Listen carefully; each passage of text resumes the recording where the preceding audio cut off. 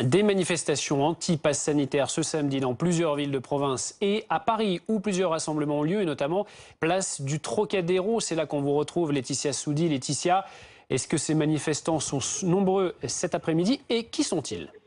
Nombreux, ils sont plusieurs milliers. À la tribune, l'un des organisateurs n'hésite pas à parler de 100 000 personnes rassemblées place du Trocadéro. C'est très exagéré. Milliers de personnes qui sont là. Et ils sont là avec de nombreux drapeaux français et avec aussi un mot à la bouche et sur les pancartes, liberté. Ils veulent en effet dénoncer le passeport sanitaire comme ils l'ont renommé. Ils dénoncent une loi liberticide. Ils écrivent la société d'après comme une dictature, un apartheid. Et ils ont à la clé des témoignages qui se succèdent sur cette tribune, comme cette étudiante qui travaille dans un restaurant qui n'est pas double vacciné et qui donc selon elle ne pourra plus travailler, ou encore ce pompier qui est contre la vaccination obligatoire alors que sa profession fait partie de celles concernées, ou enfin Katia, cette restauratrice de la Somme qui a décidé qu'elle ne mettrait pas en place le pass sanitaire dans établissement. Ces témoignages se succèdent à la tribune. Il y aura aussi Florian Philippot, le président des Patriotes, qui est à l'origine de ce rassemblement. Beaucoup de monde, donc, et aussi on appelle à de nouvelles mobilisations, à un boycott de ce pass sanitaire. L'un des speakers affirmait: il y a eu les printemps arabes, nous sommes en train de préparer l'été français. Merci beaucoup Laetitia Soudi, donc en direct au cœur de Paris, au Trocadéro, comme vous le disiez. Des milliers de personnes sont réunies, des manifestations, des rassemblements à Paris, mais aussi en région, notamment à Lyon. Vous le voyez sur ces images, voilà, des dizaines, centaines de personnes qui sont en train de défiler contre le pass sanitaire. Des rassemblements également à Annecy, où, voilà, vous le voyez sur ces images, rassemblement qui semble un peu plus festif que celui que l'on a vu à Paris, mais les mêmes arguments, les mêmes pancartes qui reviennent, ce non donc à la vaccination et ce non au pass sanitaire. Avec nous en plateau pour parler de ces mobilisations cet après-midi, Laurent Jacobelli, bonjour, merci d'être avec nous. Jacques-Marie Lossian, bonjour. Bonjour. Et William T, merci d'être avec nous tous les trois. Je vais commencer par vous, Jacques-Marie Lossian. On rappelle que vous êtes député de la République En Marche des Hauts-de-Seine. Qu'est-ce que vous répondez à ces personnes qui manifestent aujourd'hui? Alors d'abord, j'aimerais un peu les connaître. Parce que j'ai le sentiment qu'il y a deux types de personnes qui manifestent. Dans un premier temps, vous avez les antivax.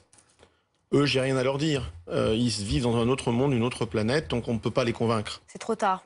C'est trop tard. Enfin, à partir du moment où ils sont antivax et quand on entend les slogans qu'ils emploient de dictature, d'apartheid, on voit bien qu'ils ont franchi une frontière qui fait qu'ils ne sont plus dans le monde réel, premièrement.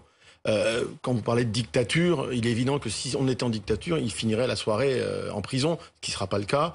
On vient de passer la semaine à discuter sur un texte. On s'est couché à 6 h du matin hier. Les sénateurs sont en train de travailler dessus et je retournerai à l'Assemblée demain pour continuer. Donc c'est pas dans une dictature qu'on travaille comme ça. Ensuite, ils emploient le mot apartheid. Je suis désolé, moi je connais bien l'Afrique du Sud, j'y ai travaillé aussi. En Afrique du Sud, les Noirs, ils pouvaient pas échapper à leurs conditions de noirs. Ils pouvaient pas devenir blancs. Là, les non-vaccinés, ils peuvent échapper tout de suite à ce qu'ils appellent l'apartheid. Il suffit de se faire vacciner. Donc ces gens-là, on ne peut pas les convaincre, laissons-les de côté. Moi, je m'adresse d'abord à ceux qui sont hésitants. Et il y en a, je peux les comprendre, parce qu'ils entendent des tas de, comme on dit aujourd'hui, de fake news sur le vaccin tue, le vaccin fait ceci, le vaccin fait ça. C'est à eux qu'il faut s'adresser. Donc c'est à eux qu'on essaie d'expliquer, de faire de la pédagogie. Et c'est très difficile parce que vous donnez la parole. Et c'est normal, à tout le monde, mais dans le tout le monde, les hésitants, les fake news prennent plus de place que la vérité et la raison. C'est ça la difficulté. Laurent Jacobelli, vous êtes porte-parole du RN.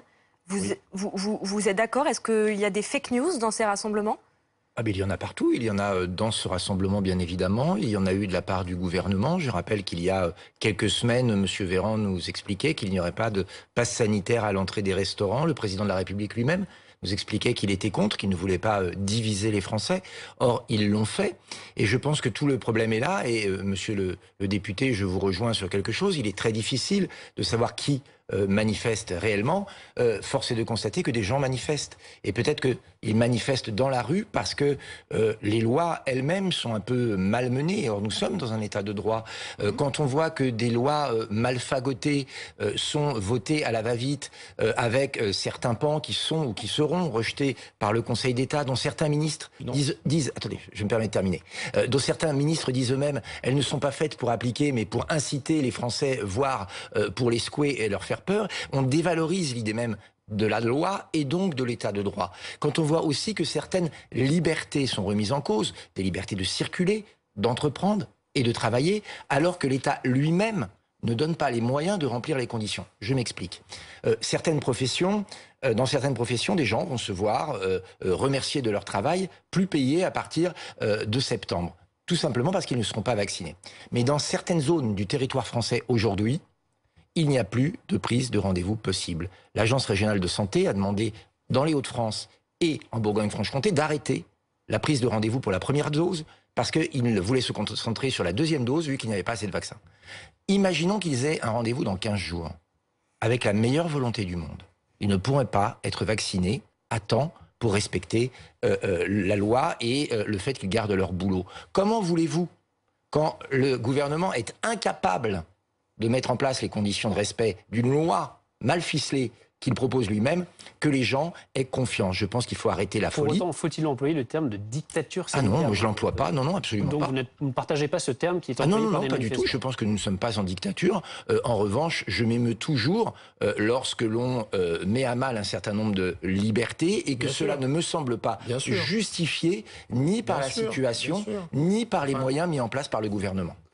Jacques-Marie Le Tian, est-ce que... Alors, dans les fake news, par exemple, monsieur vient de dire une chose qui est inexacte en parlant du Conseil d'État. La première chose que fait un gouvernement avant de déposer une loi, c'est de demander l'avis du Conseil d'État. Et pourquoi? Parce que justement, c'est une loi qui prévoit des restrictions de liberté pour justement protéger la population. Je rappelle quand même à tous ceux qui nous écoutent que cette situation n'existe pas qu'en France. On a tendance un petit peu à l'oublier. J'ai eu une cousine qui habite en Angleterre. Ils ont passé des mois et des mois dans le confinement. D'accord? Moi, j'ai mon filleul qui habite en Australie. J'ai mon filleul confiné. Très bon exemple. Nous, pendant ce temps, on était... Excusez-moi, mais quand on nous dit les lois sont restreignent la liberté, mais dès qu'on a pu le faire, il me semble qu'on avait ouvert les portes. L'année dernière, au mois de juin, on discutait avec le Premier ministre Édouard Philippe, on l'accusait de vouloir libérer, supprimer les restrictions trop tôt. D'accord? Il l'a fait. Là, on a fait pareil au mois de mai et les gens sont partis au restaurant, les gens sont partis au cinéma, les gens sont partis en vacances. Donc, quand on peut libérer, quand on peut arrêter les mesures restrictives, on le fait. D'accord? Donc, ne dites pas qu'on essaye de mettre des mesures restrictives sans le Conseil d'État. Le Conseil d'État a dit que c'était possible, dans une certaine limite et de manière proportionnée. Voilà. Il a mis des limites et il a même mis qu'il n'avait pas eu le temps d'étudier la première chose que j'ai faite avant d'aller voter la loi, c'est quand même de lire le rapport du Conseil d'État. Donc, j'ai aucun problème. Alors, lisez bien les notes de bas de page. Vous êtes là jusqu'à 18h, donc on va avoir le temps de poursuivre ces échanges. Et on va aller sur le terrain tout de suite. On va aller sur le terrain, retrouver notre reporter Angie Loata qui se trouve dans une manifestation à Paris, cette fois à l'appel des Gilets jaunes. Une manifestation également contre le pass sanitaire. Angie, on vous retrouve. Est-ce qu'il y a beaucoup de mobilisation et comment ça se passe ? Alors effectivement, oui, pas mal de personnes, on dirait plusieurs milliers en tout cas à vue d'œil, mais c'est toujours compliqué d'évaluer dans ce genre de moment avec précision le nombre de manifestants qu'il y a. Ce que je peux vous dire effectivement, c'est qu'il y a eu une parenthèse de 30 minutes avec l'intervention de ceux qu'on appelle les braves, la brigade de répression de l'action violente, des policiers à moto qui sont arrivés au niveau de la gare Saint-Lazare et il y a eu un mouvement de dispersion des échauffourées assez important, usage de gaz lacrymogène à ce moment-là à l'encontre des manifestants et également des mouvements de violence de la part des manifestants qui eux-mêmes ont parfois poussé les motos des policiers. Donc un moment de tension. restreint dans le temps, mais particulièrement intense. C'était au niveau de la gare Saint-Lazare et tout cela était parti en réalité de bousculades, quelques bousculades en tête de cortège, notamment entre des manifestants en tête de cortège et les gendarmes mobiles qui encadrent la manifestation. Maintenant, ce que l'on peut dire sur le début de la manifestation, et ça répond également à un certain nombre de questions que vous vous posez en plateau, effectivement, nous avons beaucoup d'antivax, mais il y a également des gens qui sont purement opposés au pass sanitaire. Cela fait partie vraiment de ce qui fait le liant dans cette manifestation, et notamment beaucoup de scènes où on avait le sentiment d'une entreprise de culpabilisation de la part de certains manifestants qui allaient voir effectivement les gens qui étaient en terrasse et qui leur disaient, au lieu de boire des coups, prenez conscience que dans une semaine, eh bien, vous ne pourrez plus boire de coups sans montrer un QR code. Beaucoup de références également à la science-fiction en disant, eh bien, par exemple, que la série Black Mirror, ça devait rester sur la plateforme Netflix, mais que ce type, eh bien, de fichage électronique, en tout cas, ce qu'ils estiment être du fichage électronique, eh bien, ne devrait pas se retrouver dans la réalité. Et puis, bien évidemment, confirmation de ce que vous avez pu voir ailleurs sur le terrain, beaucoup d'hostilité tout simplement au président de la République et beaucoup de slogans Macron démission. Merci beaucoup Angelotta. Avec Juan Palencia, on va bien sûr vous retrouver tout au long de l'après-midi pour suivre ce cortège parisien. William T, comment est-ce que vous analysez, vous, les manifestations d'aujourd'hui? Alors les manifestations, quand on prend le corps sociologique, ça ressemble énormément à ce qu'on avait lors des Gilets jaunes. C'est un peu un mouvement attrape-tout en fait. C'est pour ça qu'il est difficile de décrire en fait ce mouvement. Vous avez une partie d'anti-vax, vous avez une grande partie, la grande majeure partie du bloc, ils s'opposent en fait au pass sanitaire, et puis après auxquels sont agglomérés en fait des manifestants anti-Macron et anti-gouvernement. En fait, ce qui caractérise en fait cette manifestation, c'est une défiance à l'égard du pouvoir macronien et également du pouvoir des autorités publiques tout court. Lorsque aujourd'hui, par exemple, dans le Monde est sortie une question sur la question de la fracture du vaccin, en fait, on regarde que territorialement, c'est en fait les mêmes zones en fait que lors des Gilets jaunes, et surtout on voit une différence de contraste entre ceux qui sont vaccinés dans les métropoles plutôt de l'ouest et ceux qui ne sont pas vaccinés plutôt dans les territoires ruraux. Et en fait, on peut tracer une diagonale partant du sud-ouest jusqu'au nord-est, et ça ressemble grandement, en fait, si on prend une carte électorale, entre l'ouest en fait, qui vote pour Emmanuel Macron et l'est qui vote plutôt pour Marine Le Pen au second tour de l'élection présidentielle.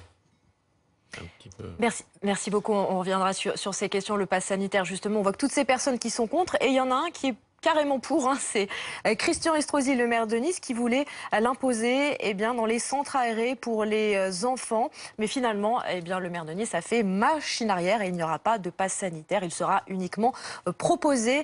Les précisions sur place d'Adrien Portron pour BFM TV.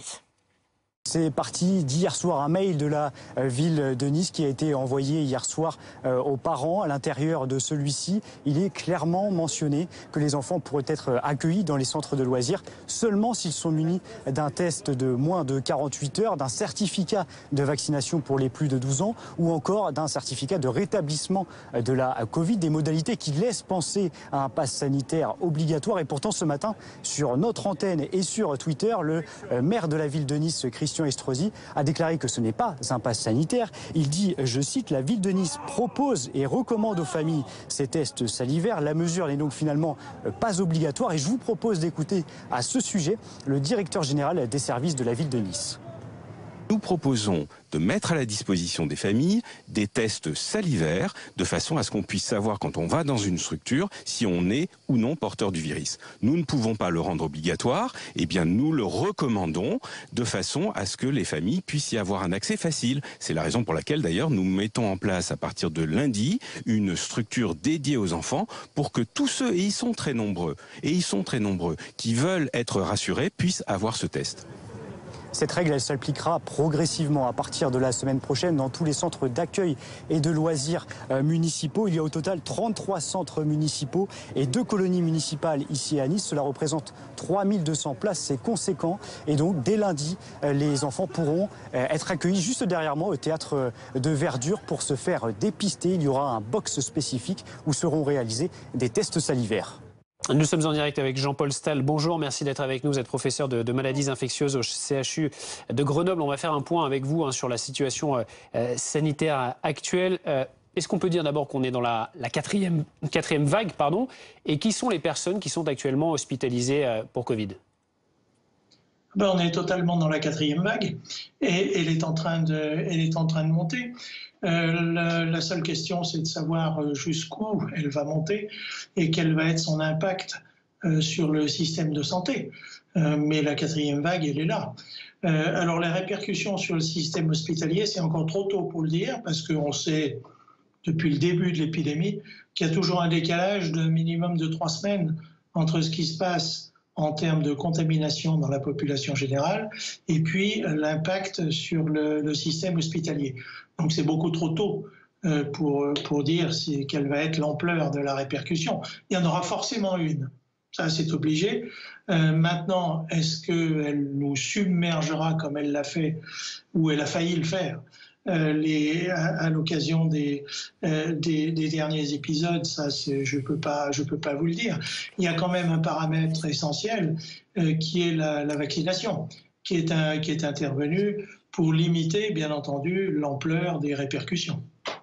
Mais Monsieur Stahl, selon les derniers chiffres de Santé publique France et de Covid Tracker aussi, on voit que les hospitalisations augmentent et les entrées en réa. Donc il y a quand même un début d'impact de ce variant Delta.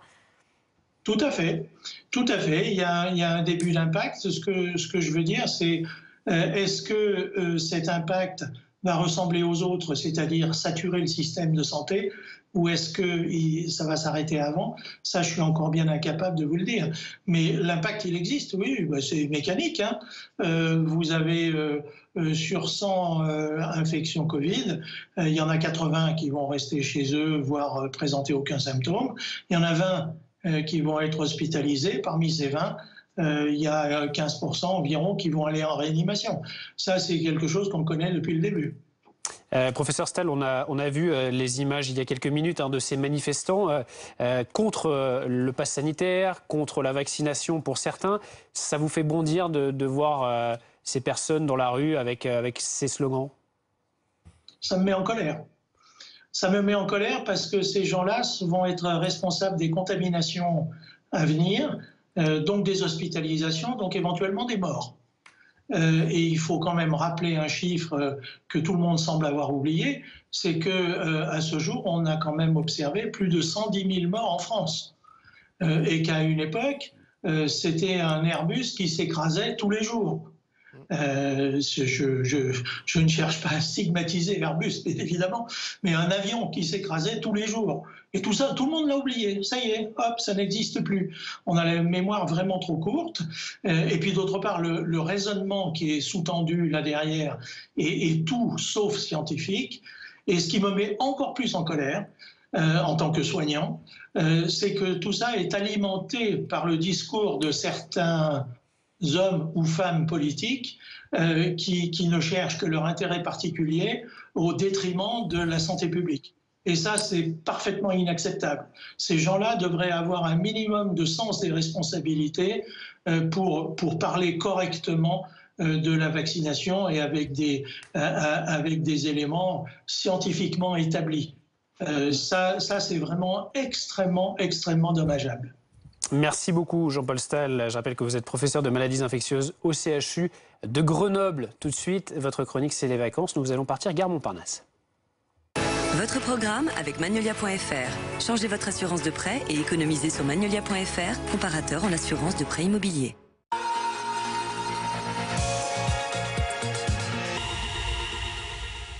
Nouveau week-end de départ en vacances, c'est chargé sur les routes, mais aussi dans les gares.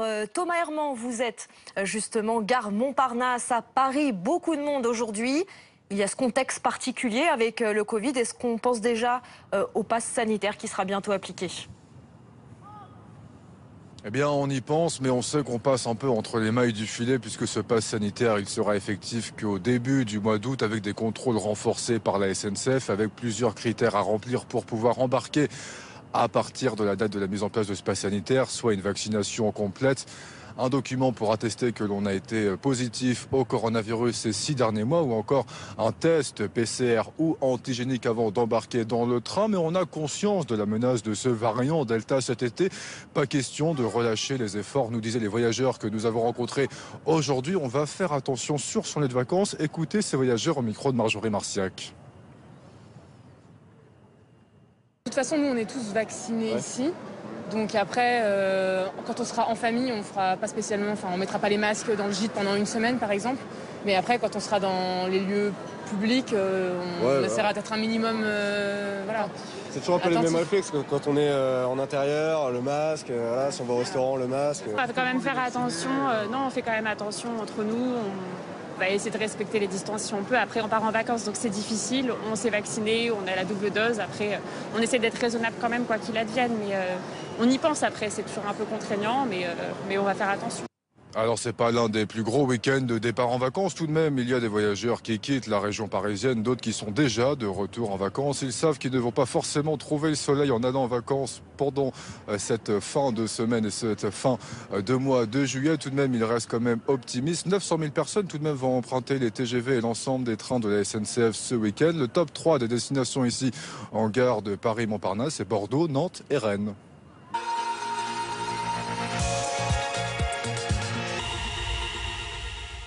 Vous avez regardé votre programme avec Magnolia.fr. Changez votre assurance de prêt et économisez sur Magnolia.fr, comparateur en assurance de prêt immobilier. Et les JO de Tokyo, ça y est, c'est parti avec les premières épreuves aujourd'hui et une première médaille pour la France. On va retrouver Aurélien Thirsin. Retrouvez votre programme avec assurepeople.com. Assurance auto pour jeunes, résiliés, sinistrés, malucés.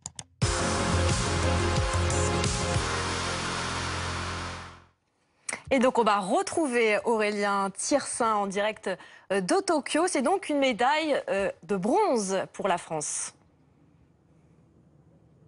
Exactement, pour Luka Mreitse, un jeune judoka de 25 ans. Il l'a obtenu dans la catégorie des moins de 60 kilos en battant le Sud-Coréen Kim Win-Jeon dans un match pour la 3e place.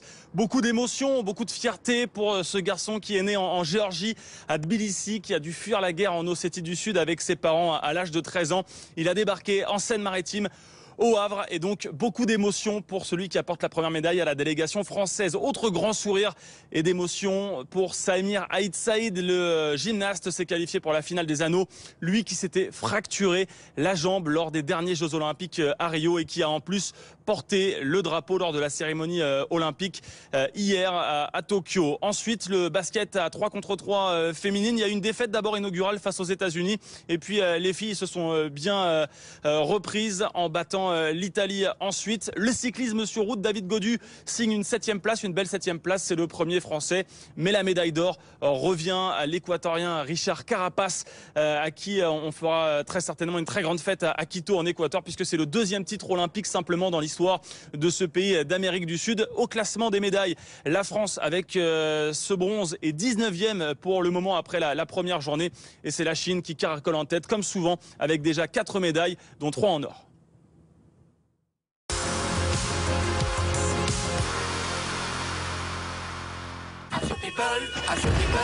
C'était votre programme avec assurepeople.com. Assurance auto pour jeunes, résiliés, sinistrés, malucés. Restez avec nous sur BFM TV. Dans un instant, nous reviendrons sur ces manifestations. Les opposants au pass sanitaire à nouveau dans la rue aujourd'hui. Une manifestation en région et également à Paris. Vous le voyez ici, place du Trocadéro, où il y a pas mal de monde réuni cet après-midi. Ce week-end, gros plan sur ces entreprises qui font bouger les marchés. De par les caractéristiques de son économie, préserver elle-même les entreprises. TPE, PME, start-up, l'actualité business. Ce week-end sur BFM TV.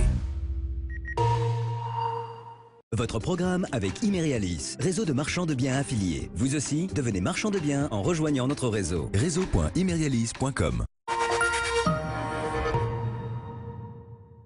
Un projet de portail? De la conception à l'installation, les experts Chopé donnent vie à vos idées. Chopé, spécialiste des portails automatisés. Ça, c'est Olivier, satisfait de l'Olivier Assurance, comme 96% de nos clients après un sinistre. Et ça, c'est encore Olivier, encore satisfait, car il sait qu'en s'assurant chez l'Olivier Assurance, il a économisé 240 €. Et ça, c'est toujours Olivier, qui fait coucou à sa maman. Faites comme Olivier, choisissez l'Olivier Assurance. Il existe un monde où nous sommes tous connectés. Tous. Partout. Où personne n'est laissé de côté. Où chacun a accès à l'information, à l'éducation et aux mêmes chances.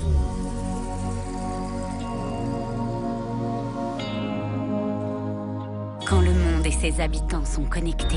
That's really beautiful. Tout devient possible. Cisco, the bridge to possible. Savez-vous que Comme J'aime, c'est aussi Comme J'aime Express? Votre programme minceur pour perdre rapidement du poids? En commençant maintenant Comme J'aime Express, dans 2 mois, vous aurez perdu jusqu'à 8 kilos. Et oui, jusqu'à 8 kilos en moins, c'est ce que vous propose le programme Comme J'aime Express. Alors n'attendez plus pour perdre vos kilos superflus. La solution, c'est Comme J'aime Express. Rendez-vous tout de suite sur commej'aime.fr, commej'aime.fr. Et surtout, n'oubliez pas le .fr.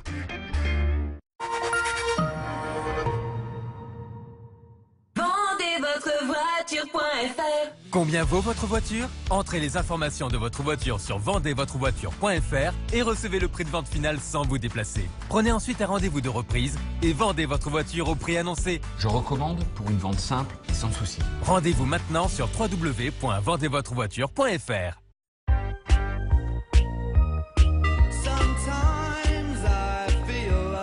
L'équilibre parfait entre le craquant du chocolat Magnum, une délicieuse glace à la vanille et de généreux morceaux d'amande.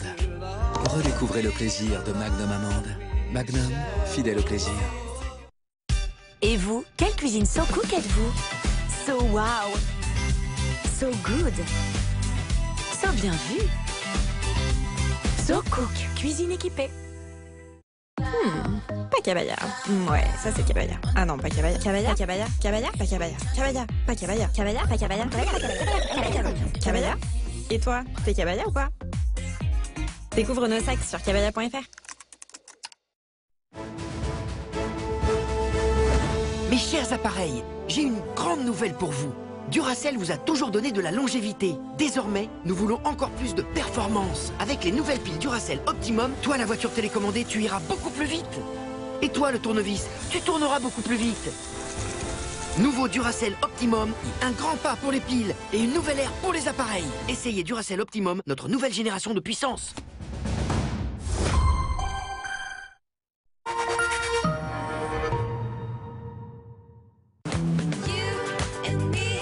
Évadez-vous devant la météo avec Eau de Rochasse.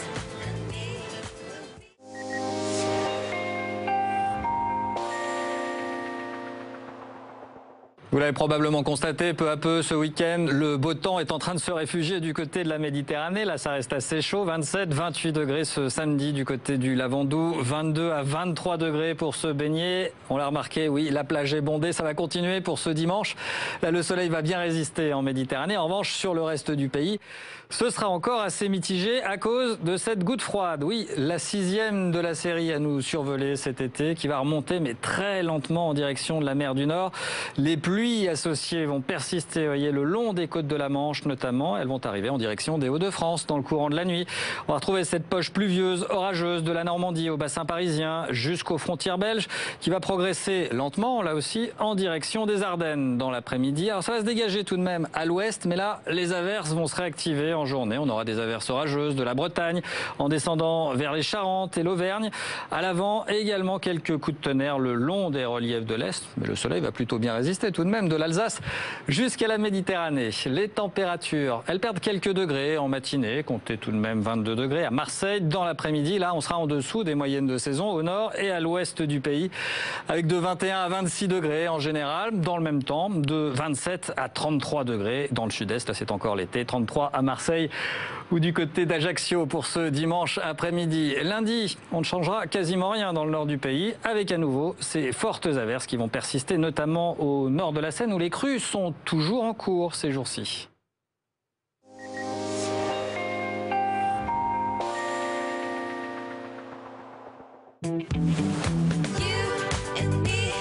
C'était la météo avec Eau de Rochasse. Il est 16h30, nous sommes sur BFM TV et à l'actualité, donc cet après-midi, plusieurs milliers de personnes qui se rassemblent donc contre le pass sanitaire à Paris, mais aussi en région. À Paris, quelques échauffourées dans une manifestation de Gilets jaunes. Nous ferons le point dans ce journal. Et pendant ce temps, le Sénat examine aujourd'hui le projet de loi sur le pass sanitaire. La majorité de droite souhaite assouplir certaines restrictions. L'exécutif table toujours sur une adoption du texte à la fin du week-end. Il n'y aura finalement pas de passe sanitaire demandé pour les enfants dans les centres de loisirs à Nice. Le maire Christian Estrosi a finalement fait marche arrière sur ce sujet. Et à la une, donc, ces rassemblements un peu partout en France, à Paris, mais aussi en région. Vous le voyez sur ces images, à Marseille, Lyon, Annecy ou encore Montpellier. Justement, Montpellier, c'est là que l'on va vous retrouver, Anthony Lebos. Comment cela se passe depuis que vous êtes arrivé dans cette manifestation ?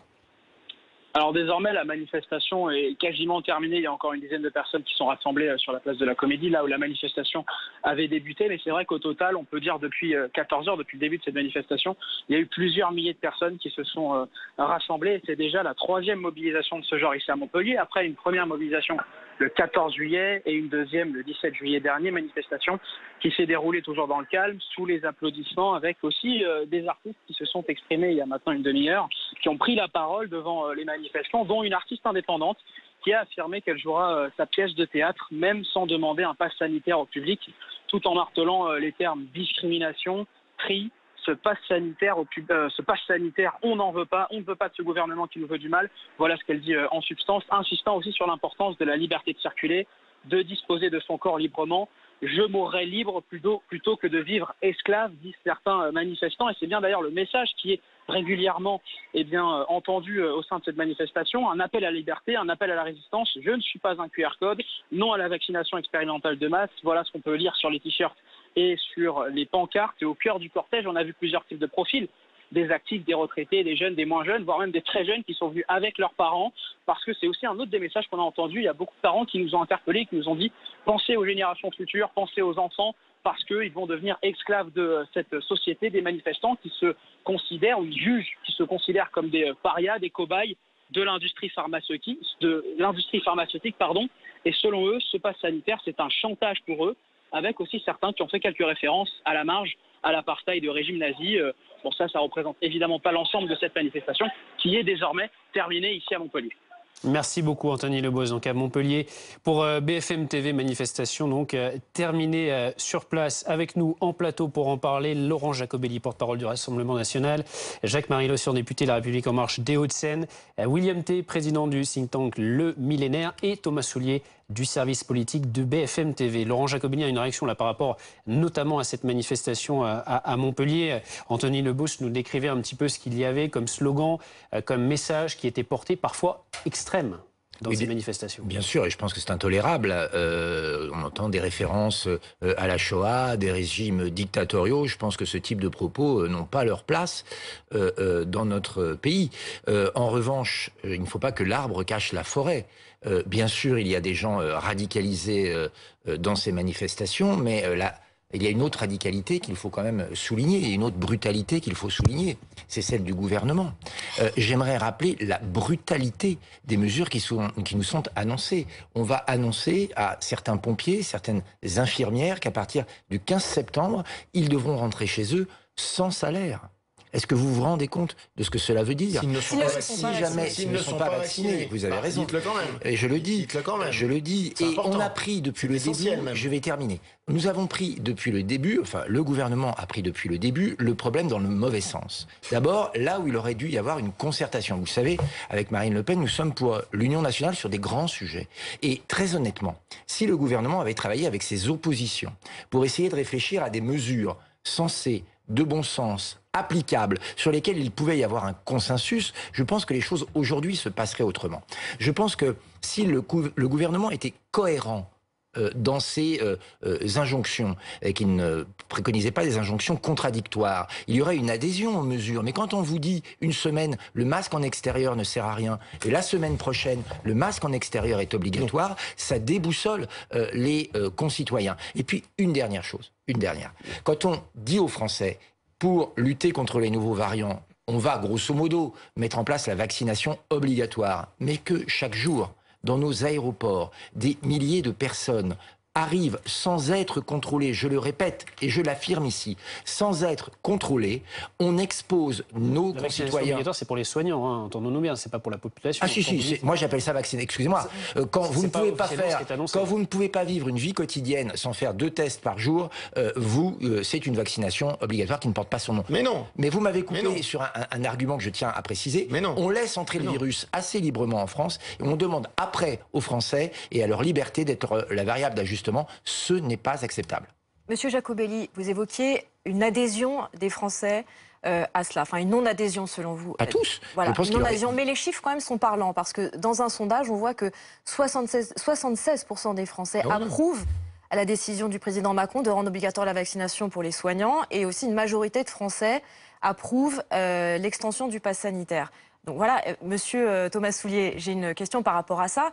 Justement, on voit qu'une majorité de Français soutient. Donc en fait, l'exécutif n'est pas véritablement inquiet.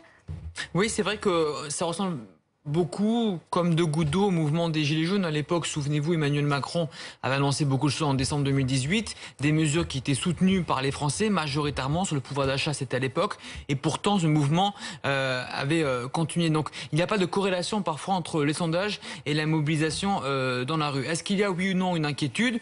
Oui, il y a une inquiétude pour une raison, c'est que ce mouvement commence à ressembler vraiment au mouvement des Gilets jaunes. Il y a une gilet jaunisation de ce mouvement. Il y a des appels sur les réseaux sociaux. Hein, donc ça, c'est un premier parallèle entre ces deux mouvements-là. Il y a aussi des rassemblements parfois qui sont illégaux, comme à l'époque des Gilets jaunes. Il y a des intrusions dans les permanences des députés, dans les mairies. On l'a vu à Chambéry aussi. Centre de vaccination. Centre de vaccination également. Et puis une des absence journalistes aussi qui sont pris à partie, notamment chez nous, notamment deux journalistes. C'était il y a quelques jours devant le Sénat. Vous avez raison de le préciser, Benjamin. Et puis une absence aussi de structuration du mouvement, pas de porte-parole en quelque sorte. Un mouvement qui ne veut pas être récupéré par des hommes politiques.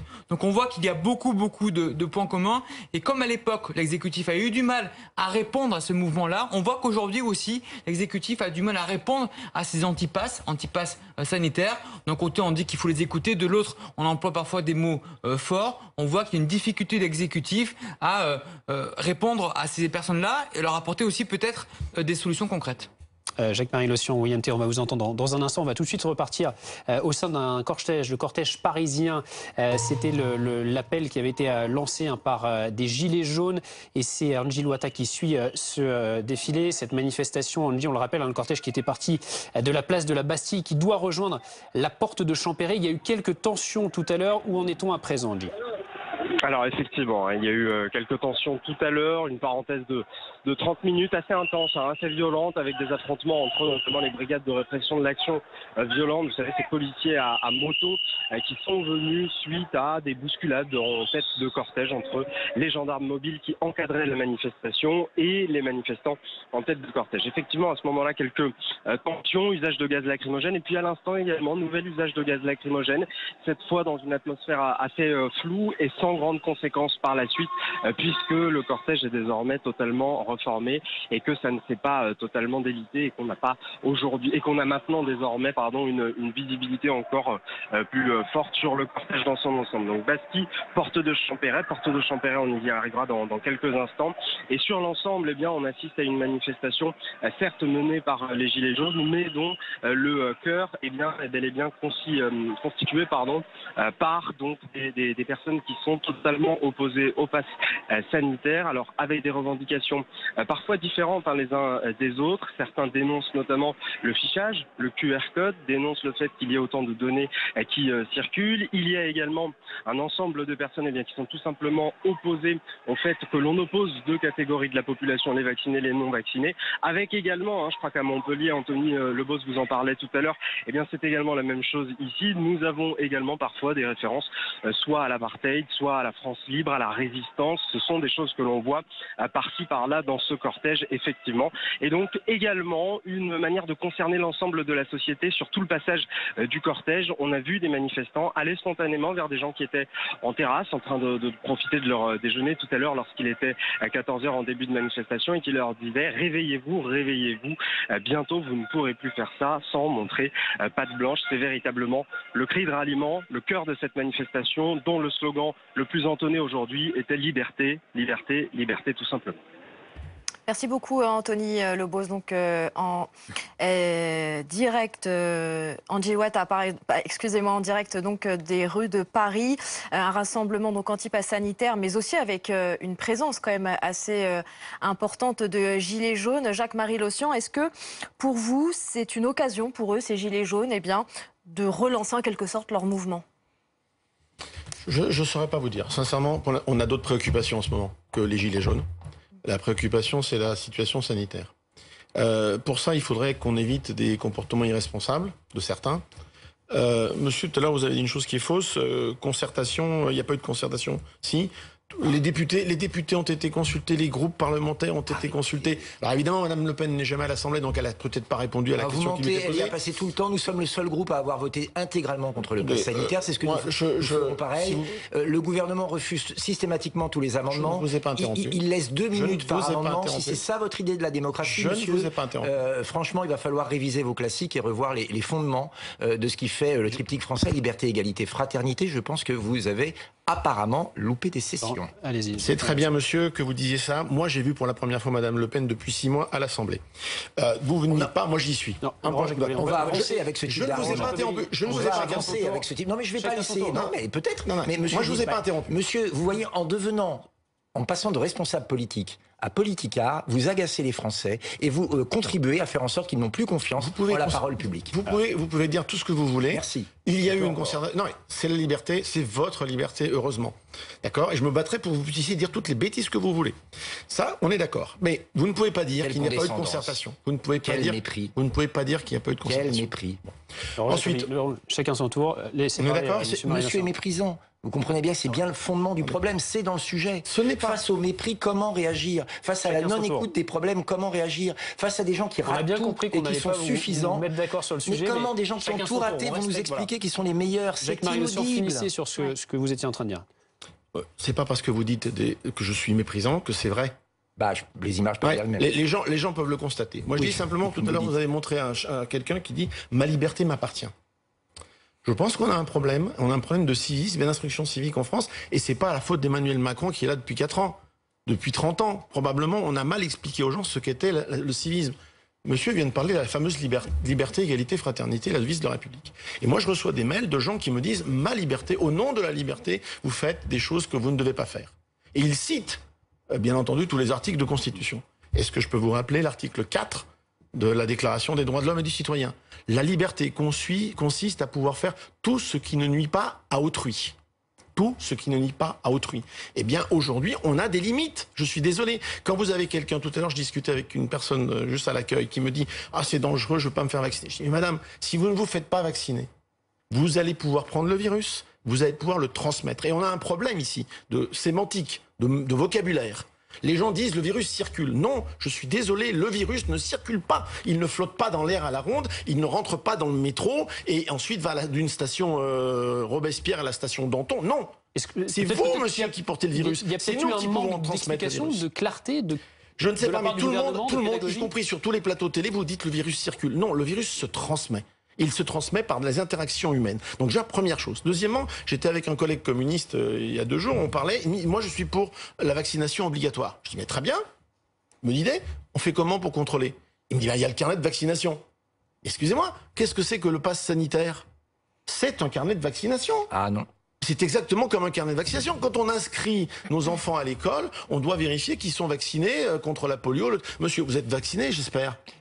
Contre le tétanos, contre la polio. Et je vais racontez-moi, contre la rougeole. Et je vais même vous dire un secret. Racontez-moi. Puisqu'on est aux confidences. C'est que je vais au restaurant depuis des dizaines d'années et que dans aucun restaurant, on m'a demandé de prouver que j'étais vacciné contre le tétanos. Vous voyez? Et donc finalement. Oui, mais pour une raison très simple, monsieur. C'est que nous, on a réussi à éradiquer le tétanos aujourd'hui, mais pas le virus. Et n'oublions pas quand même que toute cette discussion-là, en dehors des chicailleries politiques de monsieur, c'est qu'il y a un virus dehors et ce virus tue. On va continuer parce que vous êtes avec nous jusqu'à 18h, donc vous allez encore avoir le temps d'échanger tous les deux en plateau. Christian Estrosi, lui, a fait machine arrière. Le maire de Nice souhaitait imposer un pass sanitaire, c'est-à-dire des tests salivaires pour les enfants et la vaccination pour les adolescents allant en centre aéré. Sauf que ces mesures posaient une question de légalité. Ces tests ne seront donc finalement pas obligatoires. Hilal El Aflahi.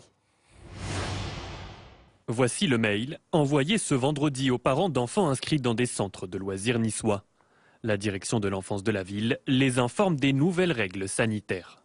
Dès le lundi 26 juillet 2021, tous les enfants fréquentant un accueil de loisirs devront présenter un certificat de vaccination de plus de 7 jours ou un test négatif de moins de 48 heures. À défaut, les enfants ne pourront pas être admis dans nos structures. Mais moins de 24 heures plus tard, Christian Estrosi fait marche arrière. Sur les réseaux sociaux, le maire de Nice réfute l'instauration d'un pass sanitaire pour les enfants et indique que seuls des tests salivaires seront recommandés aux familles. Aujourd'hui, je suis obligé de fermer des centres parce que nous avons plusieurs cas identifiés de positifs. Donc aujourd'hui, je veux permettre aux familles, je veux permettre aux enfants, pendant tout l'été, de pouvoir pratiquer nos centres de vacances et nos centres de loisirs. À partir de lundi, un centre de dépistage dédié aux enfants âgés de 3 à 17 ans va être mis en place. Il ne sera pas obligatoire, nous l'incitons fortement. Nous n'exclurons pas un enfant parce qu'il n'aura pas encore eu le temps de faire son test salivaire ou parce qu'il ne le souhaite pas, mais nous l'incitons fortement et dans ce cas-là, on aura une population qui sera déjà plus protégée. En revanche, pour nos animateurs, nous allons rendre cette procédure obligatoire puisqu'on a encore quelques adultes qui ne sont pas encore vaccinés et donc là, il faut absolument qu'on puisse sécuriser nos familles. L'incitation remplace donc l'obligation, comme le réclamait cet avocat. Il a adressé plusieurs courriers au préfet des Alpes-Maritimes en ce sens. Légalement, le maire de Nice n'a aucun droit pour obliger des parents à forcer un test, quel qu'il soit, de leurs enfants. Les mairies, en fait, sont astreintes aux seules lois votées par l'État pour lutter contre le Covid-19. Sur les 52 centres d'accueil pour enfants que compte la ville de Nice, 7 ont déjà dû fermer à cause de cas de Covid-19. Restez avec nous dans quelques minutes, on reparlera bien sûr du pass sanitaire et de la Corse notamment, où dans certaines localités